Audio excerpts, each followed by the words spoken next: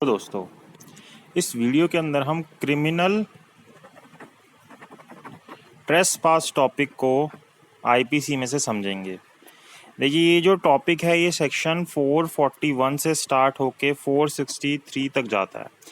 हम कोशिश करेंगे कि ज़्यादा से ज़्यादा सेक्शंस इस वीडियो में कवर हो जाए, फिर बाकी सेक्शंस हम जितने हो पाएंगे इसमें उससे आगे के नेक्स्ट वीडियो में कवर करेंगे। देखिए, सबसे पहले हम सेक्शन 441 के ऊपर आते हैं। ये जो सेक्शन है ये हमें क्रिमिनल ट्रेसपास की डेफिनेशन को बताता है कि क्रिमिनल ट्रेसपास क्या होता है। अब क्रिमिनल मतलब तो भाई हमें पता है कि कोई ना कोई ऑफेंस हो रहा है। अब सबसे पहले अगर हम बेसिक वर्ड ट्रेसपास को समझे, ट्रेसपास का मतलब ये होता है कि आप किसी की प्रॉपर्टी के ऊपर से जा रहे हैं, मतलब उसके अंदर एंट्री ले रहे हैं जिसकी आपको परमिशन नहीं है, या फिर जितनी आपको परमिशन है उससे ज़्यादा परमिशन यूज़ करके आप उस प्रॉपर्टी पे जा रहे हैं, एक्सेस में अपनी पावर को यूज़ करके, तो उसको हम बेसिकली ट्रेसपास बोलते हैं। अब इससे पहले हम सबसे पहले सेक्शन को रीड करते हैं, फिर हम समझते हैं कि इसके इंग्रेडिएंट्स क्या होते हैं। तो सेक्शन 441 क्या बोलता है? सेक्शन 441 बोलता है हूएवर, कोई भी व्यक्ति एंटर्स इनटू, क्या करता है? एंटर्स इनटू और upon property in the position of another, की वो प्रॉपर्टी क्या है? किसी और के पोजीशन में है। सिर्फ कितनी बात होनी चाहिए? पोजीशन में। हमें मतलब नहीं है वो उसका मालिक है नहीं है, किसका टाइटल है, उन चीज़ों से हमें कोई मतलब नहीं है। हमें सिर्फ इस चीज़ को देखना है कि कोई और व्यक्ति उसके पोजीशन में है और कोई और व्यक्ति क्या कर रहा है? उस प्रॉपर्टी पे एंटर कर रहा है of another with intent to commit an offence. और किस इंटेंशन से एंटर कर रहा है? इस इंटेंशन से कि वो ऑफेंस को कमिट करेगा। और इंटिमिडिएट, इंसल्ट और एनॉय, ये चीज़ें जो है इंपॉर्टेंट है। इनमें से कोई ना कोई चीज़ होनी चाहिए। वो इंटिमिडिएट करने के पर्पज से, इंसल्ट करने के पर्पज से, एनॉय करने के पर्पज से, किसको? जो व्यक्ति उस प्रॉपर्टी के पोजीशन के अंदर है ऑफ सच प्रॉपर्टी। और हैविंग लॉफुली एंटर्ड, अब हो सकता है कि वो व्यक्ति पहले तो गलत तरीके से घुसा, अब हो सकता है कि वो लॉफुली घुसा उस प्रॉपर्टी के अंदर, लेकिन वहां पे क्या करे? वो अनलॉफुली रहने लग जाए कि भाई एक प्रॉपर्टी के अंदर वो लॉफुली तो एंटर किया लॉ के हिसाब से, लेकिन अब वो उस प्रॉपर्टी को घेर के बैठ गया, उसको खाली नहीं कर रहा, अनलॉफुल तरीके से वहां पे रह रहा है। With intent thereby to intimidate, insult और एनॉय एनी सच पर्सन और with intent to commit an offence, और वहां पे भी यही इंटेंशन होनी चाहिए। तो हम क्या बोलेंगे कि उस व्यक्ति ने क्या कर दिया? क्रिमिनल ट्रेसपास कर दिया। कौन सा ऑफेंस कमिट किया? सेक्शन 441 के अंदर जो बताया गया उसने क्रिमिनल ट्रेसपास किया। अब देखिए, ये जो अभी जब हम आगे सेक्शंस पढ़ते जाएंगे तो ये नहीं कि एग्रीवेटेड फॉर्म्स आती जाएंगी। भाई किन किन चीज़ों के ऊपर डिपेंड करेगा कि वो एग्रीवेटेड और एग्रीवेटेड होते जाएंगे कि भाई वो ब्रेकिंग हुई, किस इंटेंशन से हुई, किस टाइम हुई, किस ऑफेंस के लिए हुई। तो ये जो सारी चीज़ें अभी जब आगे और होते जाएंगी तो वो और जो है एग्रीवेट होता जाएगा। जैसे अभी हम क्रिमिनल ट्रेसपास देख रहे हैं, फिर वो हाउस ट्रेसपास हो जाएगा, फिर वो हाउस ब्रेकिंग हो जाएगा, फिर वो लर्किंग हाउस ट्रेसपास या हाउस ब्रेकिंग हो जाएगा, फिर वो आप हाउस ब्रेकिंग या lurking house trespass at night हो जाएगा। तो वो जो ऑफेंस है उसकी जो ग्रेवनेस है वो बढ़ती जाएगी कि आप किस इंटेंशन से कर रहे हो, किस टाइम कर रहे हो, क्यों कर रहे हो। तो वो सारी चीज़ें जो है यहाँ पे देखी जाएंगी। मतलब बेसिकली देखें, टाइम, इंटेंट, प्लेस, एंट्री और ब्रेकिंग, इन चीज़ों को देखा जाएगा। अब देखिए, हम सेक्शन 441 के इंग्रेडिएंट्स को देखते हैं। सेक्शन 441 के अंदर सबसे पहली बात क्या बोली गई इन्होंने कि एंट्री इनटू और upon property in the position of another, कि आप क्या कर रहे हो? किसी और व्यक्ति जिसके पास भी उसका पोजीशन है उसके अंदर एंट्री कर रहे हो। दूसरी चीज़ क्या देखी जाएगी? If such entry is lawful then unlawfully remaining upon such property. आपने एंट्री करी एक किसी और की प्रॉपर्टी, अब मान लीजिए आपने एंट्री तो करी लेकिन लॉफुली तरीके से करी। पहले आपने अनलॉफुल तरीके से करी, अब लॉफुली तरीके से आपने एंट्री करी, लेकिन अब आप क्या कर रहे हो? अनलॉफुली तरीके से उस प्रॉपर्टी के ऊपर रह रहे हो, रिमेन कर रहे हो, पोजीशन रख रहे हो उस प्रॉपर्टी का। तो तीसरी चीज़ बता रहा है कि जो एंट्री करी या फिर जो अनलॉफुली उसके ऊपर रहा जा रहा है वो किस इंटेंशन से रहा जा रहा है? कोई ऑफेंस कमिट करने के लिए, या फिर कौन कौन सी चीज़ जो हमने पढ़ी? इंटिमिडेट करने के लिए, जो अभी हमने डेफिनेशन में वर्ड पढ़ा, इंसल्ट करने के लिए, एनॉय करने के लिए, किसी भी व्यक्ति को जो कि उस प्रॉपर्टी के पोजीशन के अंदर है। अगर ये तीन चीजें पूरी होती हैं तो क्या बोला जाएगा कि उस व्यक्ति ने क्या किया है? क्रिमिनल ट्रेसपास किया, मतलब ये चीज़ें जो हैं क्रिमिनल ट्रेसपास के अंदर इंक्लूड होती हैं। अब जैसे यहाँ पे वर्ड यूज़ किया गया प्रॉपर्टी, अब हमें क्या, कौन सी प्रॉपर्टी यहाँ पे बोला जा रहा है, यहाँ पे सिर्फ वही प्रॉपर्टी होगी जो कि कॉर्पोरियल प्रॉपर्टी है और वो इमूवेबल प्रॉपर्टी है। मूवेबल प्रॉपर्टी की बात यहाँ पे नहीं हो रही, या इनकॉर्पोरियल प्रॉपर्टी की बात यहाँ पे नहीं हो रही, जैसे कोई राइट वगैरह हो गए, वो सब यहाँ पे बात नहीं हो रही। यहाँ पे सिर्फ इमूवेबल कॉर्पोरियल प्रॉपर्टी की बात हो रही है। और जो प्रॉपर्टी है, जैसे जिसका पोजीशन बोला जा रहा है, वो पोजीशन एक्चुअल पोजीशन होना चाहिए। जरूरी नहीं है कि फिजिकल प्रेजेंस हो उस वक्त वहाँ पे, लेकिन वो पोजीशन कैसा होना चाहिए, एक्चुअल पोजीशन होना चाहिए उस प्रॉपर्टी का। अब बोलते हैं कि इंटेंट टू कमिट ऑफेंस। अब यहाँ पे मान लीजिए, जैसे एक एग्जांपल देता हूँ, एक केस का नाम है Punjab national bank versus AIPNBE federation AIR 1960 का। अब यहाँ पे ये चीज़ ज़रूरी है कि उनकी इंटेंट हो किस चीज़ की, ऑफेंस को कमिट करने की। जैसे मान लीजिए इस केस में क्या हुआ था कि जो एम्प्लॉयज़ थे इस बैंक के, उन्होंने क्या किया, पेन डाउन स्ट्राइक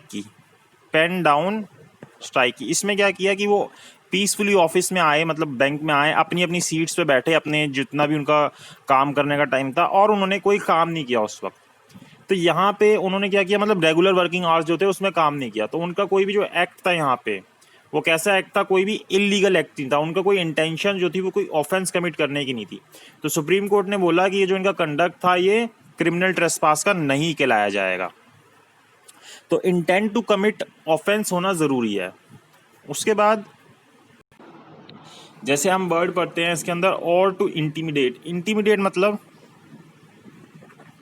मतलब कि हम किसी व्यक्ति को क्या कर रहे हैं, फियर के अंदर लेके आ रहे हैं, डरा रहे हैं, धमका रहे हैं उसको, तो उसको हम इंटीमिडेट कर रहे हैं। मतलब जैसे उसको फोर्स शो कर रहे हैं या किसी भी तरीके से उसको धमकी दे रहे हैं वायलेंस करने की, तो वो क्या है, इंटीमिडेट करना है। तो इस तरीके की अगर कोई भी चीज़ कोई व्यक्ति करता है तो मतलब उसकी एक तरीके से इंटेंशन यही होनी चाहिए, ये एस्टेब्लिश करना पड़ेगा प्रोसिक्यूशन को कि उसकी इस तरीके की इंटेंशन थी, वो किसी व्यक्ति को इंसल्ट करना चाहता था, एनॉय करना चाहता था।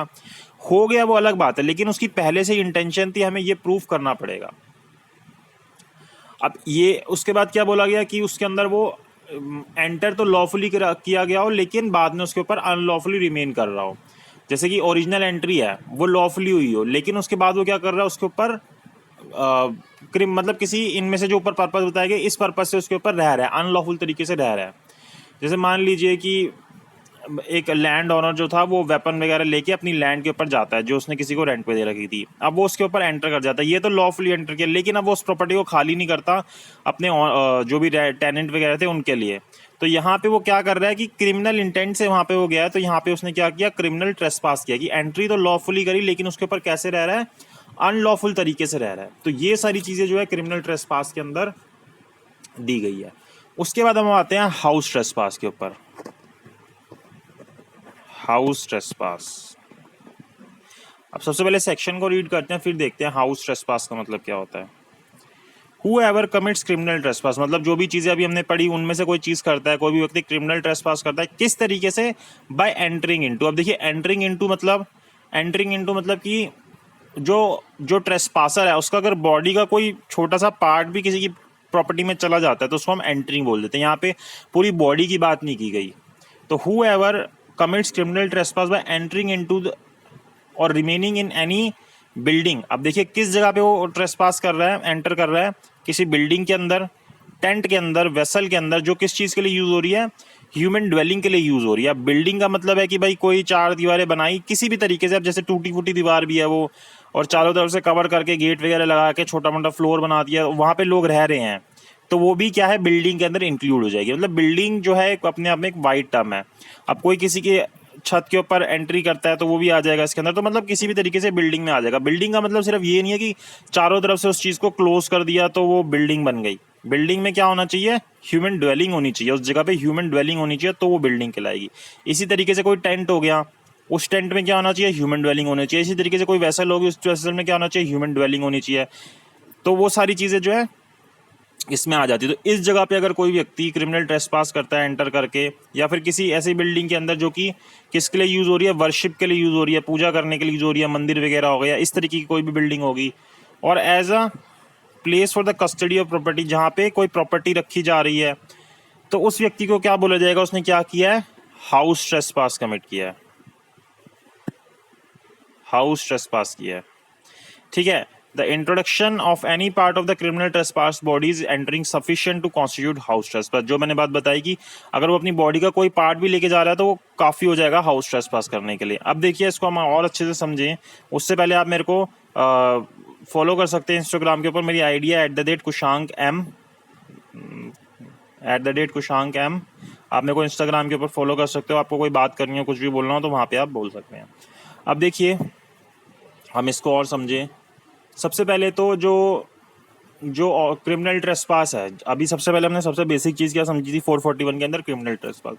क्रिमिनल ट्रेसपास को ही जब हम एग्रीवेट कर देते हैं तो वो और तरीके के ऑफेंस बनते जाते हैं। जैसे अभी हम सेक्शन 442 का ऑफेंस पढ़ रहे हैं, फिर 443 का पढ़ेंगे, तो इस तरीके से ये और ऑफेंस जो है आगे बढ़ते जाएंगे कि भाई किसी ने हाउस ट्रेसपास किया, किस पर्पस से किया, कि कोई मर्डर करने के पर्पस से किया या कोई ऐसे पर्पस से जिसके अंदर कोई इम्प्रिजमेंट है, तो फिर वो ऑफेंस जो है वो बढ़ता जाएगा। अब जैसे हमने एंटरिंग इनटू वर्ड पढ़ा अभी सेक्शन 442 के अंदर, तो एंटरिंग इनटू का मतलब मैंने साथ में बताया, एंटरिंग इनटू का मतलब कि कोई भी अगर वो कोई भी अपनी पार्ट जो है बॉडी का ट्रेसपासर एंटर कर देता है हाउस के अंदर, तो वो एनफ हो जाता है, सफिशिएंट हो जाता है हाउस ट्रेसपास करने के लिए। ऐसी मान लीजिए कोई रूफ है किसी बिल्डिंग की, तो वो भी जो है उसी बिल्डिंग के अंदर इंक्लूड हो जाएगी। तो अगर कोई व्यक्ति किसी रूफ के ऊपर जाता है किसी बिल्डिंग के अंदर, तो ये मान लिया जाएगा कि उसने एंटर करा है उस बिल्डिंग के अंदर, जबकि रूफ तो ऊपर है उसके, लेकिन वो एंट्री ही मानी जाएगी उसकी अगर वो उसकी रूफ के ऊपर भी जा रहा है। तो ऐसी है। बिल्डिंग का मतलब क्या है, बिल्डिंग जो हमने लिखा वही बिल्डिंग का जैसा मतलब बताया कि ये एक तो सरकमस्टांसेस पे भी वेरी करता है, जो बिल्डिंग का मीनिंग है यहाँ पे case to case, fact to fact vary करता है।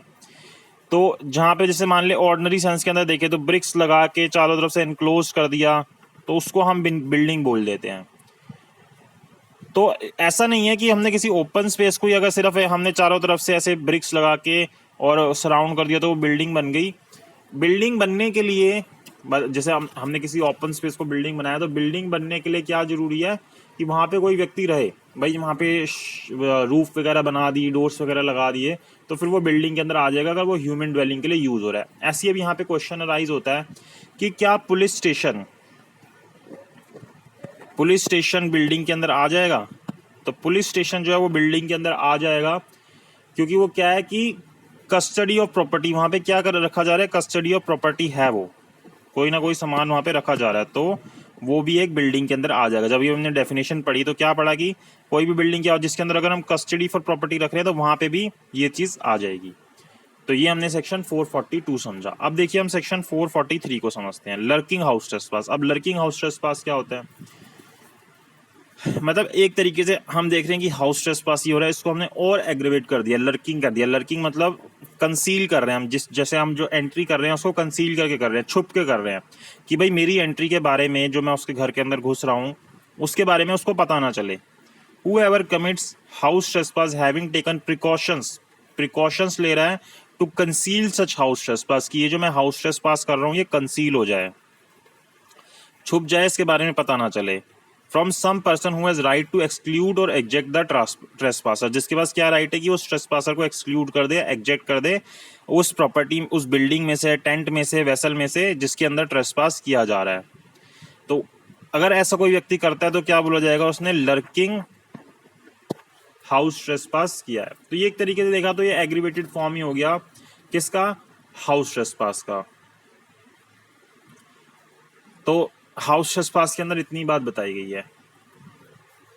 फिर उसके बाद हम आते हैं हाउस ब्रेकिंग के ऊपर। अब हाउस ब्रेकिंग जो है ये थोड़ा सा लंबा टॉपिक है। हाउस 444 छोड़ दिया हमने, 444 के अंदर क्या बता रहा है, lurking house trespass by night. अब देखिए और एग्रेवेट कर दिया हमने इसको।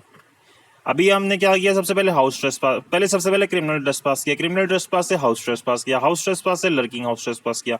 अब ये जो लर्किंग हाउस ट्रेसपास कर रहे हैं अब ये नाइट को कर रहे हैं, तो इससे क्या होगा कि ऑफेंस जो ये हो रहा है ये और ग्रीवियस होता जाएगा, इसके अंदर सजा जो है वो और बढ़ती जाएगी। अब रात को कर रहे हो, रात को और जो है डरावनी चीज हो गई, आप घर में घुस रहे हो किसी के, तो यहाँ पे आपको सजा जो है बढ़ जाएगी। तो whoever commits lurking house trespass after sunset and before sunrise, sunset सूरज ढलने के बाद और सूरज उगने से पहले अगर कोई ऐसी चीज करता है तो उसको हम बोलेंगे lurking house trespass by night. अब हाउस ब्रेकिंग क्या होता है? A person is said to commit house breaking who commits house trespass if B affects his entrance into the house or any part of it in any of the 6 ways। तो अगर वो house breaking इनमें से किसी 6 तरीके से करता है जो यहाँ पे बताई गई हैं, तो वो क्या कहलाई जाएगी? हाउस ब्रेकिंग कहलाई जाएगी। 6 ways hereinafter describes, or if being in the house or any part of it for the purpose of committing an offense or having committed an offense therein, he quits the house or any part of it by way of any such 6 ways। या फिर भाई उसने अगर वो किसी घर के अंदर है, उसको उसके अंदर ऑफेंस कमिट करने के लिए या फिर वहां से ऑफेंस कमिट करने के बाद निकलने के लिए, क्विट करने के लिए, वो इनमें से किसी 6 तरीकों को अपनाता है जो भी यहाँ पे दिए गए हैं आगे, तो वो क्या कहलाएगा कि उसने क्या किया है? हाउस ब्रेकिंग किया। अब हाउस ब्रेकिंग करना और बड़ा ऑफेंस हो जाता है। अब देखिए यहाँ पे जो 6 तरीके बता रखे हैं उसमें जो पहले 3 तरीके हैं और फिर अगले जो 3 तरीके हैं, इन 3 तरीकों के अंदर तो वो फोर्स का यूज कर रहा है और इन 3 तरीकों के लिए वो इस तरीके के पैसेज को यूज कर रहा है जो ऑर्डिनरली यूज नहीं किया जाता। तो ये 6 तरीके बताए गए हैं, अगर इनको हाउस ट्रेसपास में यूज किया जाता है तो वो क्या बन जाता है? हाउस ब्रेकिंग बन जाता है। और जब इसके अंदर सजा दी जाती है वो और हैवी सजा हो जाती है। अब देखिए पहले 3 तरीके समझे जहाँ पे ऑर्डिनरी वे यूज़ नहीं किया गया, उसके बाद अगले 3 तरीके जहाँ पे फोर्स का यूज़ किया जाता है। अब देखिए पहले 3 तरीके कौन से? सब फर्स्ट मेथड क्या बताया? इफ़ ही एंटर्स और quits through a passage made by himself, कि वो क्या कर रहा है? एंटर कर रहा है या क्विट कर रहा है, मतलब एंट्री ली उसने या फिर वहाँ से जब वो भाग रहा है, निकल रहा है, ऐसे पैसे से निकल रहा है जिसको उसने खुद बनाया है या फिर ऐसे पर्सन ने बताया है जिसने उसको एबेट किया है इस चीज़ के लिए, इस ऑफेंस को करने के लिए, in order to committing the house trespass. तो ये फर्स्ट मेथड हो गया भाई। वो किसी मतलब रास्ता उसने दीवार तोड़ के रास्ता बनाया या फिर मान लीजिए वो खिड़की वगैरह से घुस गया, तो इस तरीके की चीज़। अभी ये एग्जाम्पल और आगे यूज़ होगा, जैसे A commits house trespass by making a hole through the wall, जैसे एग्जाम्पल ए है, and putting his hands through the aperture, this is house breaking. तो क्या कर रहा है? House breaking. भाई दीवार में छेद बनाया और यहाँ से अपना हाथ डाल के अंदर कर रहा है, तो यहाँ पे उसने सिर्फ अपना हाथ ही एंटर कर दिया, तो उसने क्या कर दिया? हाउस ब्रेकिंग कर दी। पहले उसने हाउस ट्रेसपास ही कर दिया क्योंकि हाथ एंटर कर दिया, और उसने इनमें से कोई 6 तरीके में से कोई तरीका यूज़ किया, तो हाउस ट्रेसपास हाउस ब्रेकिंग बन गया। पहला तरीका ये हो गया। सेकेंडली वो क्या कर रहा है? इफ़ ही एंटर्स और क्विट्स, वही कि उस घर में घुसता है, बिल्डिंग में या टेंट में, ड्वेलिंग जो भी जगह है वो वेसल में, या क्विट करता है through any passage not intended by any person, ऐसे पैसेज जो कि किसी व्यक्ति ने इस इंटेंशन से नहीं बनाया था। किस इंटेंशन से? कि ये जो व्यक्ति है उसके अंदर इसमें एंटर करे या वहां से क्विट करे, अदर देन हिमसेल्फ, उसको खुद को छोड़ के, और एन अबैटर ऑफ द ऑफेंस, या फिर जो भी उसको इस ऑफेंस करने में अबैट कर रहा है उसको छोड़ के, फॉर ह्यूमन एंट्रेंस, कि उसकी ये मंशा नहीं थी जिसने भी ये रास्ता बनाया था कि इस पर्पस के लिए यूज होगा, और through any passage which he has obtain access by scaling और क्लाइंबिंग ओवर एनी वॉल और बिल्डिंग, या फिर कोई ऐसा रास्ता जैसे वो बिल्डिंग से चढ़ के, वॉल से चढ़ के, या इस तरीके की कोई चीज़ करके। मतलब जैसे मान लीजिए किसी ने विंडो बनाई होगी जब घर को तैयारी करी होगी, तो उसने वो विंडो इस पर्पस से थोड़ा ना बनाई होगी कि कोई इसमें से हाउस ट्रेसपास करे, हाउस ब्रेकिंग करे और यहाँ से एंटर करे या फिर यहाँ से क्विट करे।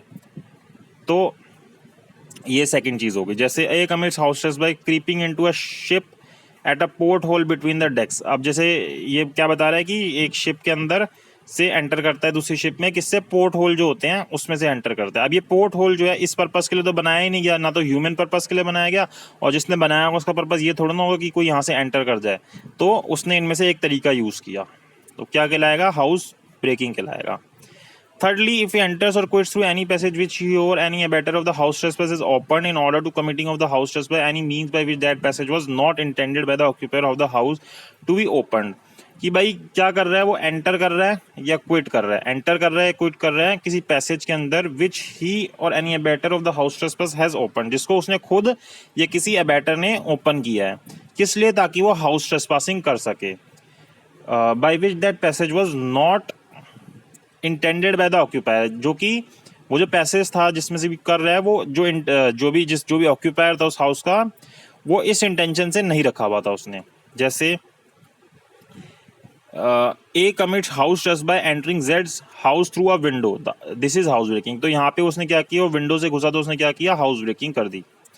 फिर फोर्थली यहाँ तो अब ये वो जो अनकॉमन वेज थे वो यूज किए। अब देखिए यहाँ पे फोर्थ यूज करेगा इन तीन तरीकों में।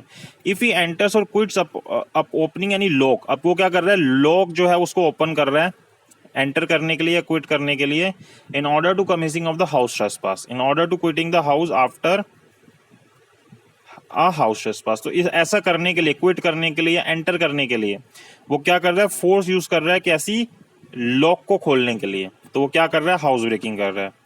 ए commits house trespass by entering जेड्स house through the door having lifted a latch by putting a wire through the hole in the door, this is house breaking. A finds the key of Z's house door with which he had lost. A commits house trespass by entering the house having opened the door with that key. This is house breaking. तो ये भी, ये जो example है इसके ऊपर fit बैठेगा।